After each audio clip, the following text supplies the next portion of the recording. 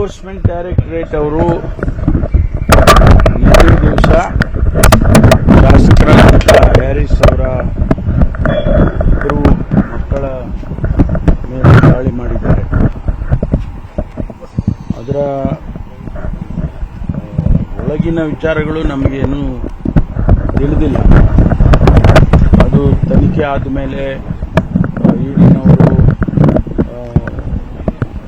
Statement ಕೊಟ್ಟ ಮೇಲೆ ಯಾವ ವಿಷಯಕ್ಕೆ ಅವರು ದಾಳಿ ಮಾಡಿದ್ದಾರೆ ಮತ್ತು ಏನೆಲ್ಲ ಡೀಟೇಲ್ಸ್ ಅವರಿಗೆ ಸಿಕ್ಕಿದೆ ಅನ್ನೋದನ್ನು ಅವರೇ ಹೇಳಬೇಕು.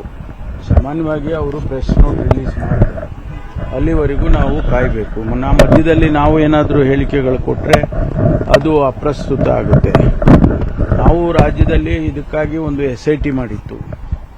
SIT ತನಿಖೆ ಮಾಡಿ ಸಂಪೂರ್ಣ ಕೊನೆಯ ಹಂತದಲ್ಲಿ ಇದೆ.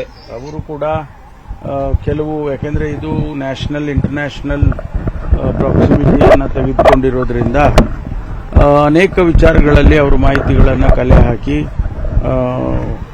ಅವ್ರಿಗೂ ಇವತ್ತು ವರದಿಯನ್ನು ಕೊಡಬೇಕು. SIT ಅವರು ಅಂತಿಮ ಮಾಡಬೇಕು, ಚಾರ್ಜ್ ಶೀಟ್ ಫೈಲ್ ಮಾಡಬೇಕು.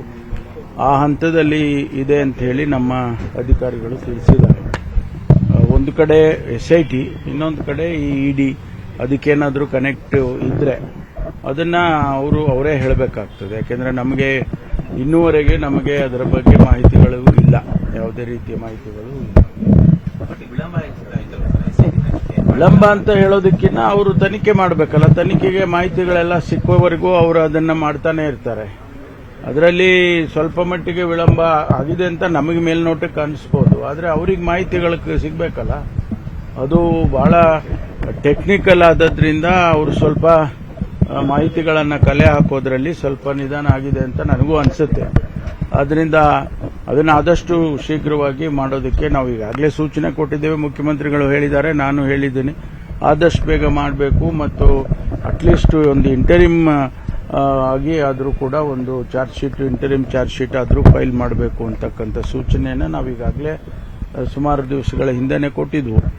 ಅದು ಈಗ ನೋಡಬೇಕು, ಅದಕ್ಕೂ ಸಹ ತನಿಖೆ ಹಂತದಲ್ಲಿ ಇಡಿ ಏನಾದರೂ ಮಾಹಿತಿ ಪಡ್ಕೊಂಡಿದ್ರೆ ಸರ್, ಅದು ಇಲಾಖೆಯಲ್ಲಿ ತಗೊಂಡಿದ್ರೆ ನಾನೇನು ಹೇಳಕ್ಕಾಗೋದಿಲ್ಲ. ಯಾಕಂದ್ರೆ ಅವರಿಗೆ ಇರುತ್ತೆ, ಅದು ಎಲ್ಲೆಲ್ಲಿ ಅವರಿಗೆ ಮಾಹಿತಿ ಇದೇ ವಿಚಾರ ಆದ್ರೆ ಅವ್ರ ಮಾಹಿತಿ ತಗೊಂಡಿರ್ಬೋದು.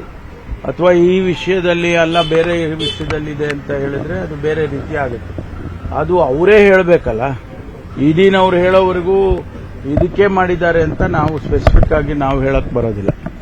ನಿರ್ಭೀತ, ನಿಷ್ಪಕ್ಷಪಾತ, ವಿಶ್ವಾಸಾರ್ಹ ಸುದ್ದಿಗಳಿಗೆ ಮತ್ತೊಂದು ಹೆಸರಾಗಿರುವಂತ News18 ಕನ್ನಡ ಈಗ ಆಪ್ನಲ್ಲೂ ಲಭ್ಯವಿದೆ.